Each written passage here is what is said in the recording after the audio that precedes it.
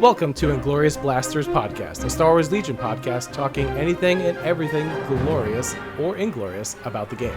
My name is Corey, and today with me is John and Brendan. How's it going, Blaster Masters? Blaster Masters? I've never been called a Blaster Master. I'm trying it out. Blaster Bros? Do you want Blaster Bros or Gentlemen? Which one? Blaster Bros sounds better. I kind of like gentlemen. Blaster Bros. I Okay, feel we're like gonna I'm do a that. classy individual when you call me a gentleman. Okay, I'll change it up. I'll change it up from week to week. I like the alliteration. Blaster Bros. Yeah, I always do like a good alliteration.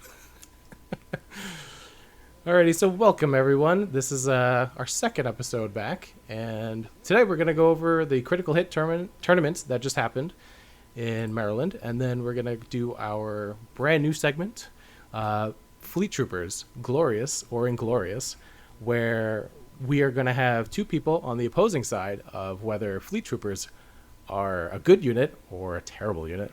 And then we're going to have one person be the judge of this. So we're going to have Brendan be our judge, jury, and executioner on the Fleet Troopers. And then I'm taking the stance of Inglorious for the Fleet Troopers, and John is going to take Glorious. Alrighty, so how about we go over the Critical Hit tournament first? It was a lot of fun. I was the TO for it. It was originally a 10-person tournament. But then two people didn't show up, so we had a nice even 8 split. So that means at the end of 3 games, there is a clear winner that went 3-0. So that was nice. Brendan, you also went to this tournament. I did, and I did get to play. It was a lot of fun. I did not do so hot, but I don't care. I had a lot of fun, and I tried some new stuff that I thought would be very entertaining. Specifically putting some grappling hooks on snowtroopers, because then they can expert climber up buildings, shoot, and then expert climber back down. That's the spicy stuff. Unfortunately, the tables didn't quite land in my favor for that to be as fun as I had expected. But, faced some tough matchups, but I had a lot of fun doing it. So I was playing a little Vader dewback with some snows.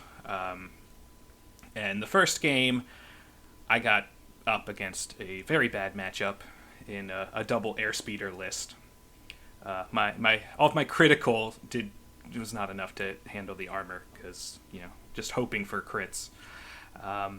However, did you at least take down one? I did take down one at the end, so I lost on VAPs on kill points on that one. Gotcha.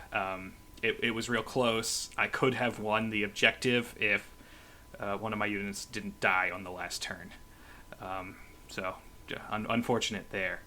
But it was a lot of fun. Corey did snap a great picture at one point where one of my dewbacks had just enough space to walk between both airspeeder bases, and he landed there, which was also the perfect movement for him to get into base contact with R2, roll 4 hits into R2, which R2 then whiffed. So one-shotting R2 on only 4 hits. I mean, at that point, I didn't care what happened with the game. I had the moral victory of killing R2 in 1 hit. That is a glorious You thread moment. that needle you thread that needle crazy. Loved it. Yeah, I mean, there was maybe a millimeter left on each side of that base for the dewback to fit between the 2 airspeeders. It was ridiculous. My second match, I played against a Republic player who brought some ATRTs, a Bark, and a lot of clones and Padme. I believe it was an 11-act list. Just with all the fixins. I didn't say, but my first match was limited viz, major offensive, and moisture evaporators. The second one was the exact same. So that was a lot of fun, and considering he was basically just a clone gunline with some vehicles, my dewbacks and Vader just went in and killed everything. So, As they should. As they should. That was also on a kind of a classic-looking Naboo table, where the grappling hooks were great on the snows. So I did have some fun with that. 1 second they're behind the building, the next they're on top of the building shooting down on everything. I mean, my opponent didn't see it coming, and he went, "Oh, now it all makes sense." So. Oh, that's what that does. That's what that upgrade is. I've never seen this upgrade before. And not only did I win handedly on kill points, I also won on the objective because he put one of his evaporators on the building, so the snows were able to just go down a level on the building and get to it. So, right. You know, that was the fun game. And then my third game, I was up against a droid player with 3 ion spiders and some B2s. Unfortunately for that game, it ended up also being fortified positions. And he was able to get some good angles on my stuff and hide most of his stuff. Eventually, one of my dewbacks got to him and started killing stuff, but it was not enough, and Vader got into his back lines. It was also hostage exchange, and I couldn't pull off all the Vader fun because he won the roll-off turn 2 when I was going to try and do all the Vader shenanigans. But, and the rest of my army just couldn't get through all of his stuff to get to the hostage. We tried real hard, but eventually Vader went down, and it was a sad day. So, went 1 and 2. Yeah. A noble effort. I mean, don't feel too bad. The double airspeeder list actually ended up winning the tournament. So, at least you lost to, the winning list, Yeah, right? that makes me feel better. Yeah. Yeah, his airspeeders were just, doing work, all day from talking with him afterwards. So, still a scary unit. Yeah. It's cheap with full armor and some cover and surge to crit. I mean, the thing's ridiculous. Yeah. Super scary. I wish I can accelerate, learning how to play them. Whenever I play them, I just, drive them straight in, and they usually die. I don't think that's the thing you want to do with them, but... Not usually. Yeah. Yeah, usually, but, I don't know. It just feels bad when they just, when you rush them in and they just die kind of, fairly quick. They have to make up their points pretty quick. So It's that compulsory move. I don't like to be forced to do anything per se. When it comes to Legion, you don't like the free action of a free move. It feels good when you need it, but when you don't and you're forced to move forward into a hail of fire, then that's when you're like, ugh. No, thank you. No, thank you. Yeah, I like things with more movement control than that. So, right, very true. I see the huge upside to all the compulsory moves in the game, but it's not a me thing. I like things that I can move into base contact and then just start killing. Yeah, and just start murdering. Yep, makes sense. Sweet. So, how about we move on to our Glorious or Inglorious segment? This sounds like a great. plan. So I will be taking the role of Inglorious, and then John will have Glorious. Judge, do you want any opening words before we get our debate on? And I think we're going to... John, I don't know how many points you have, but I have 3 points listed for my side. I don't know about you. I think I have 18, so I should... 18. Oh, got it. All right. Well, we'll be here all night. Well, before we get into the debate here, I want to just say I was chosen as the impartial person because I haven't played Fleet Troopers. I have played against Fleet Troopers and had a lot of fun reenacting the hallway scene in Rogue One. But aside from that, not too much experience with the Fleet Troopers. So I'm looking forward to seeing what both of you have brought for your arguments. Excellent. It's going to be a great battle. Who do you want to hear from first? Well, since John's going to talk our ears off, we'll start with him. Should we start by going through the Fleet Trooper card? Not a bad call for anybody who might be newer to the game. So Fleet Troopers are obviously a rebel unit. They're currently at 40 points for a 4-man unit with the 1 health and 1 courage, surge to hit, surge to defense, 2 white dice at range 1 to 2, for their ranged attack and 1 black die for their melee. They also have a keyword called Ready 1, where when they perform a standby action, they gain an aim token. Because, as we all know, they like to wait for some people to come through the door and murder them. So, they have also 2 heavy weapon upgrades to choose from. One is the MPL 57 Barrage Trooper, which is range 1 to 3, 1 black, 2 white, and it exhausts. It has the keywords Blast and Impact 2. And it also has the Scattergun Trooper, which is range 1 to 2, 2 red dice, and Pierce 1, as well as the other upgrades you can add, the Medical Droid, just a generic Fleet Trooper, an Astromech, a Comms Tech, or a Rebel Officer for all the varying points amounts. Take it away, John. So I will start by saying the MPL 57 Barrage Trooper that I'm reading off my iPad because I forgot that gun was a thing will not be part of the arguments as to why this unit is glorious. You mean to tell me you're not going to talk about one of the units that nobody puts on the table? Basically, yes. Basically. So my argument will be based around the fact that we have a awesome 40-point unit here that throws 8 white dice in its naked state, which on average is going to deal 3 hits. If you get 1 aim in there, you're going to deal 3.7 hits, and if you have 2 aims on a aim standby, granting yourself a second aim via the Ready 1 keyword, you are throwing 4.5 hits on a 40-point unit with Surge on defense. So it's not the tankiest unit, but if you're taking a standby behind a building and somebody has to basically walk out into your fire lane and take 4.5 hits from a 40-point unit, that seems pretty decent, relatively speaking, to some of your other core choices in the Rebel faction. To add to that, with a mere 23-point upgrade, the Scatter Gun, adding 2 red and Pierce 1 to the unit. Ready yourselves for these stats. 8 white. It's riveting. I'm on the edge of my seat. I do love the stats.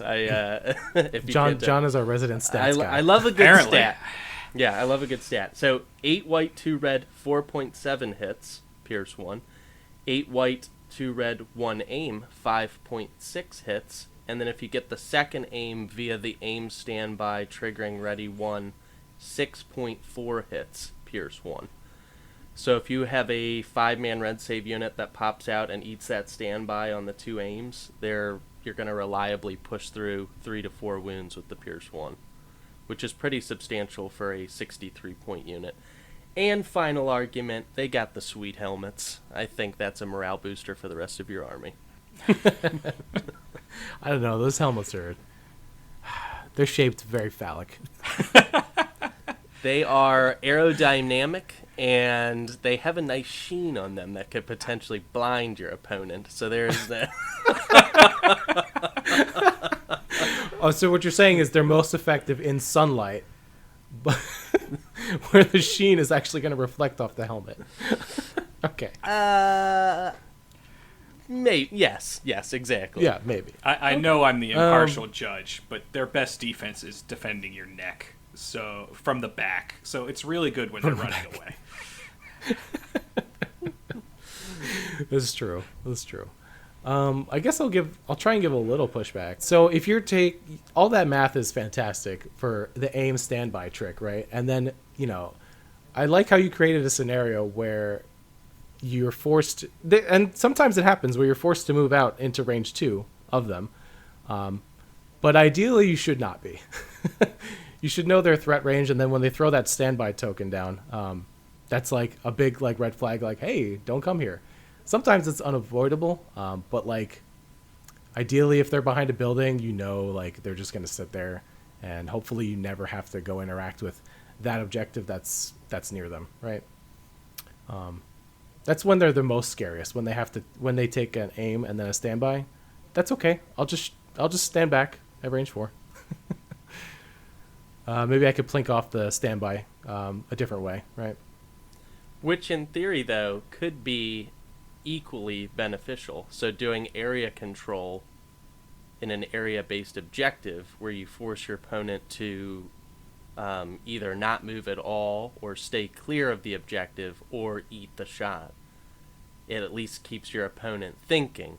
So almost like you use like a Jedi for area control. Not that they're always getting in the mix, but the threat of them being there is often enough to keep your opponent at bay. Okay, yeah, I agree with you there that they are a threat, right? They have to get neutralized.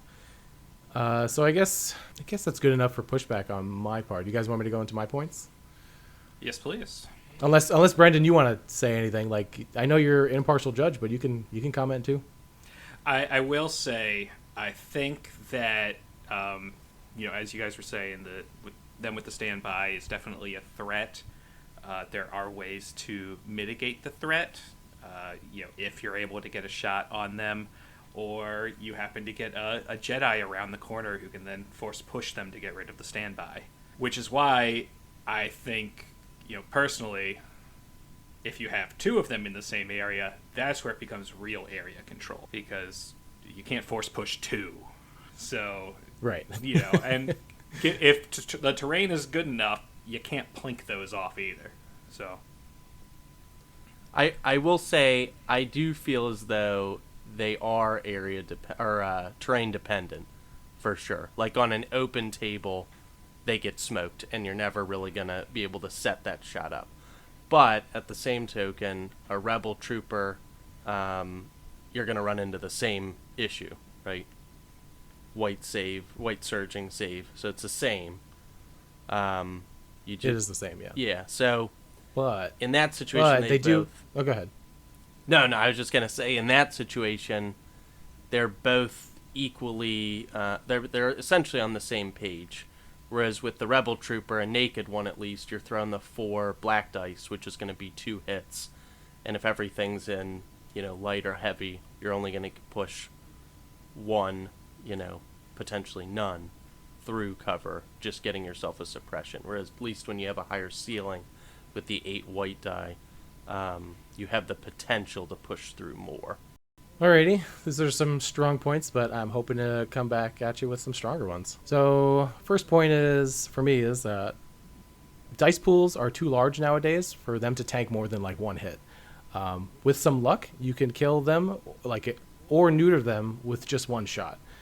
So, for example, back in the day, I had a Death Trooper shot, and I got the full boat of 7, and my opponent made no saves.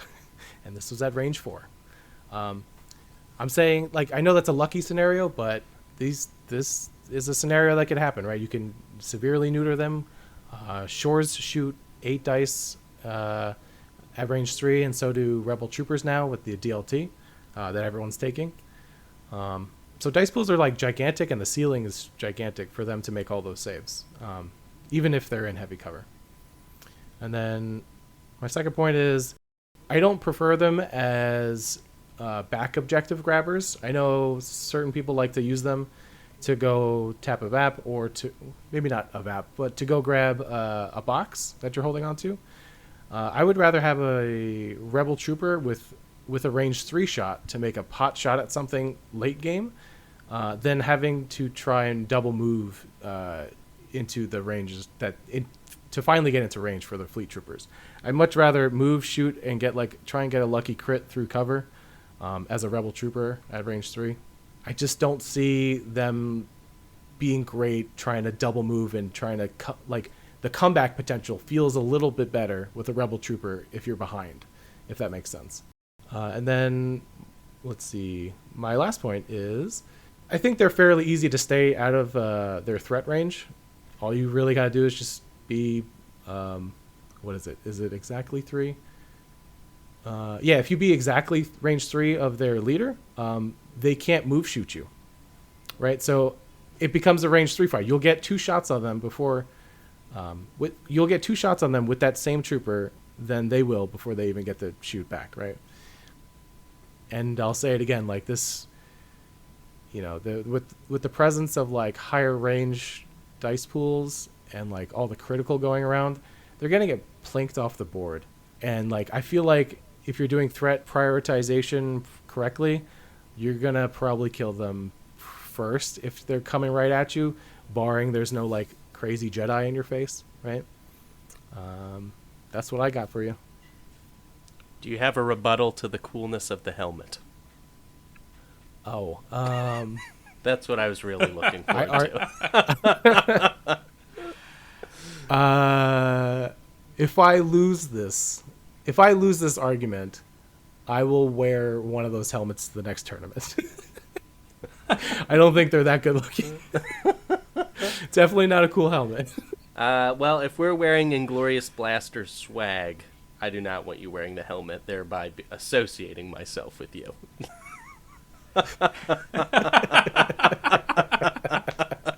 Okay, gotcha. So you're conceding the helmet point. Got it. Because if someone said, "Do you see that guy in the helmet?" and we're both wearing the same jersey, I can't go, "I don't know that guy."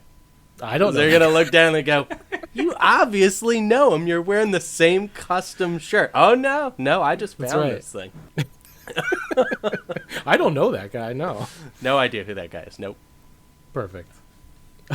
Do you have any other rebuttals you want to do, John, other than the helmet, I guess? So I will say, if running them in their naked form, I personally like, and this could just be a personal preference thing, I like the fact that if you're comparing them to Rebel Troopers, are each 40 points, right? They each have surge defense. But the fact that you need higher dice pools these days with how tanky units have become, and the prevalence of like dewbacks with armor 1, the prevalence of things sitting in heavy cover and doing situational awareness, dodge spam, all those different things. Units that only are throwing 4 dice, like your Naked Storms, Naked Rebel Troopers, all those things, they are not necessarily scaling as well with the game in their naked format.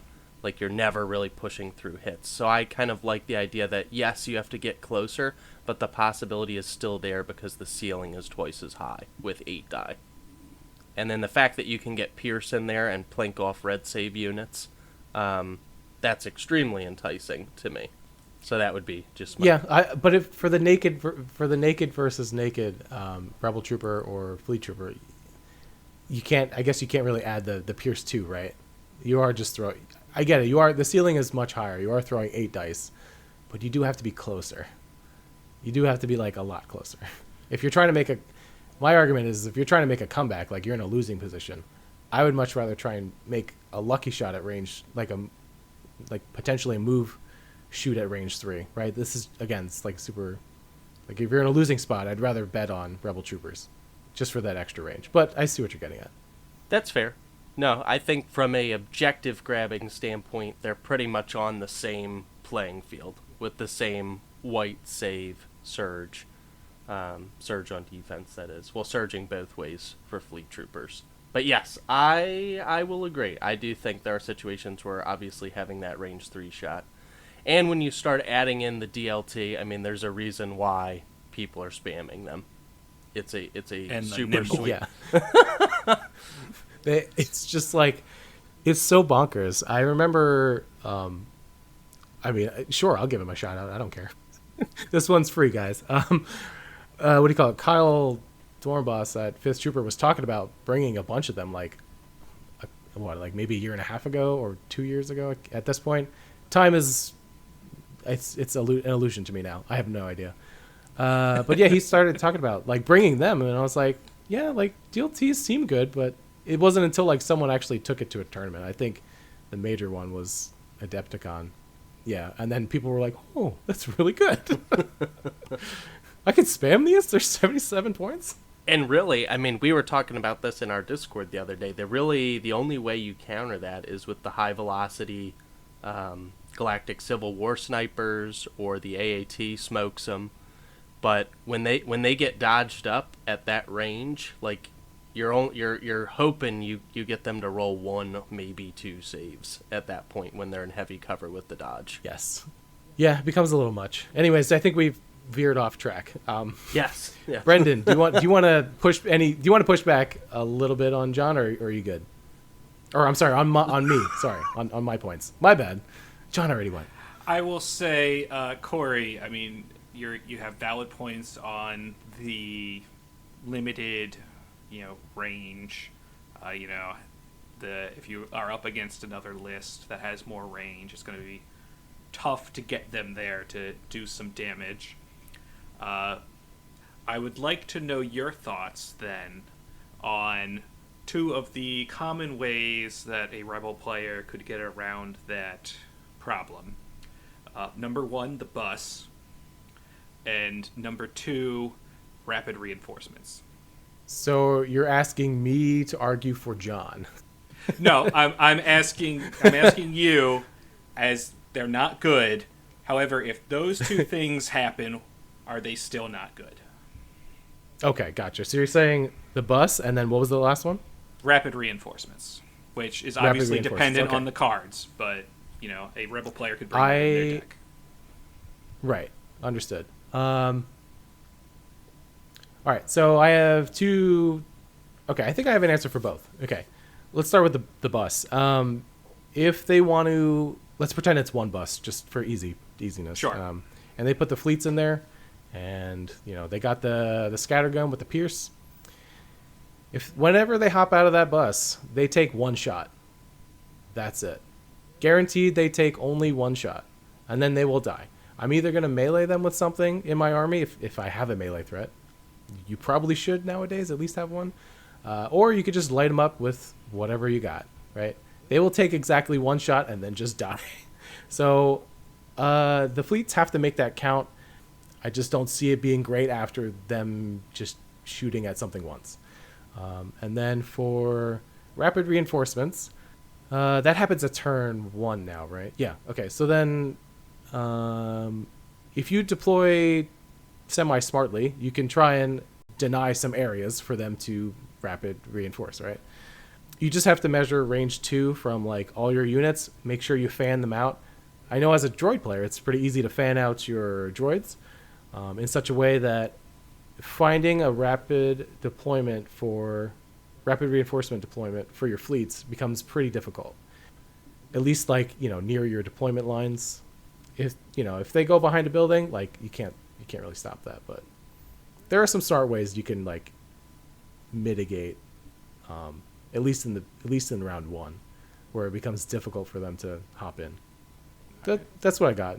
I don't know if I'd want them to do rapid reinforcements, because I feel like their safety is being with the rest of the army. So as soon as you put them out,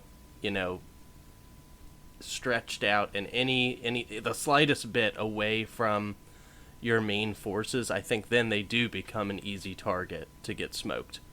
So they drop in, they die.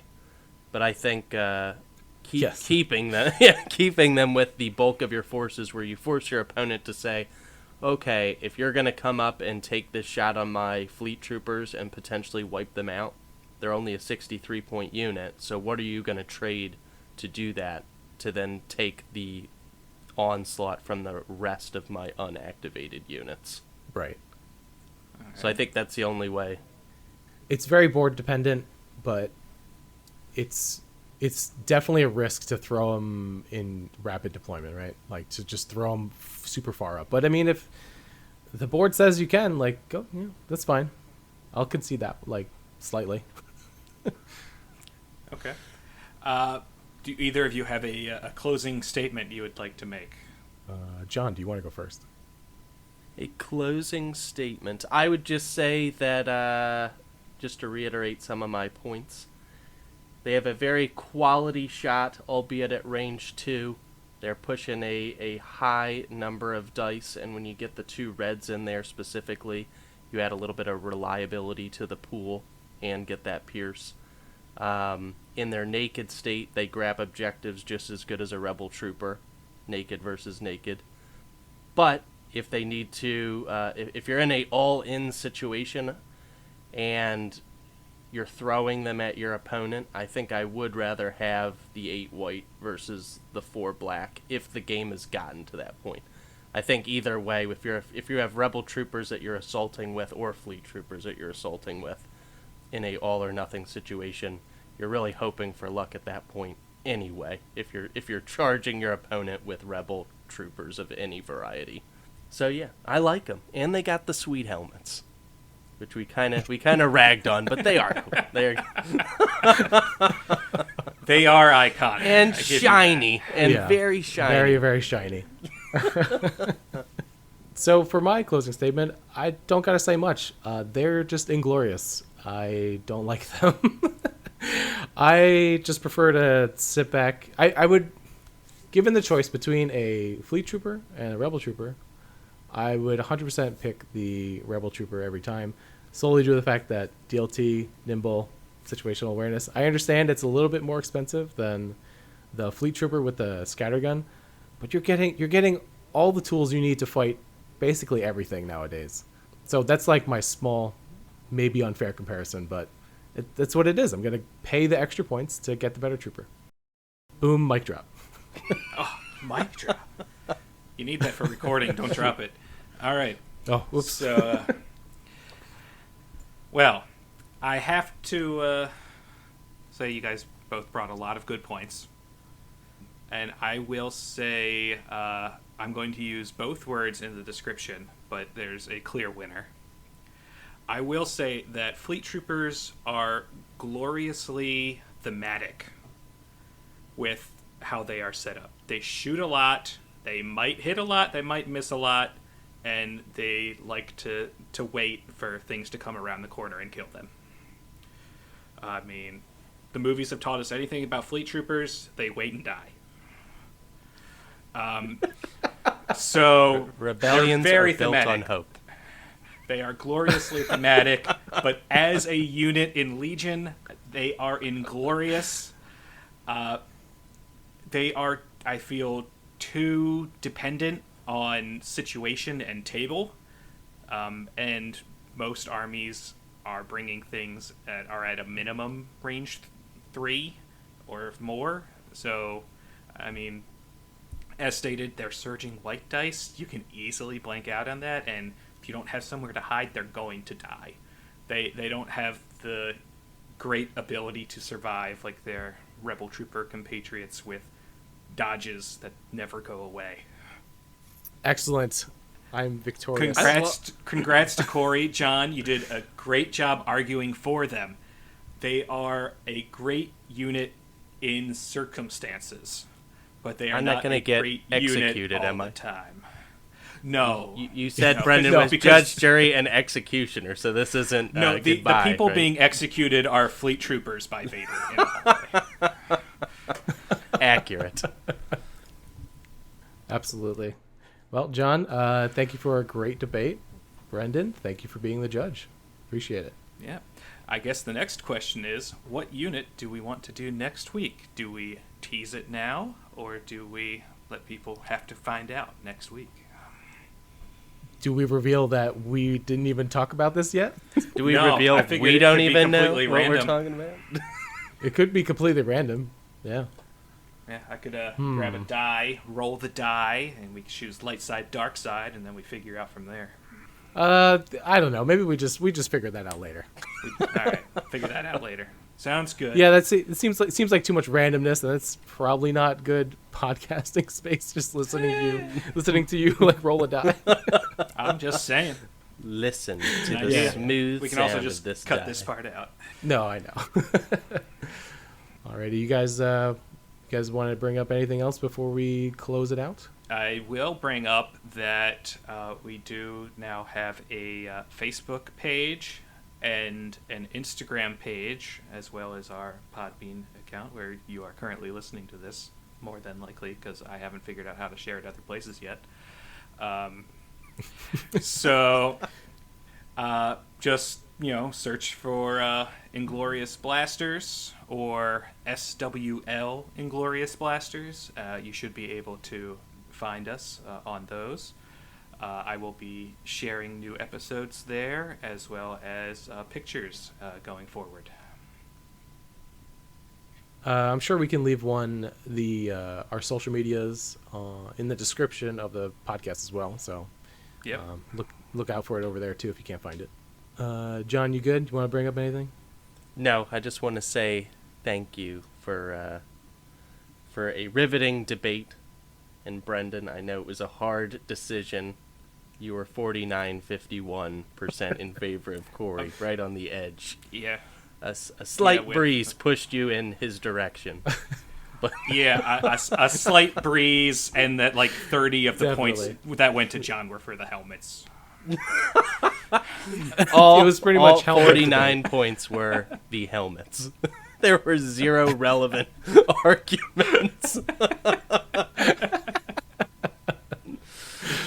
Hey man, you tried. Sometimes we're gonna argue for like stances that are just really bad, right? You're just gonna be on the losing end of it, but we're gonna try and make it fun. I hope everyone enjoyed this segment. Let us know how it is. Is it interesting? Do you hate it? I'll take any type of feedback.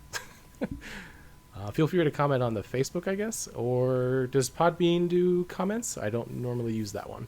I think it might, but I'm not 100% sure. I guess we'll find out.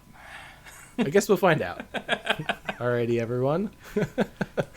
We are the Inglorious Blasters. My name is Corey. I'm John. I'm Brendan. Don't run away like fleet troopers. Please come back. Stay glorious, everyone.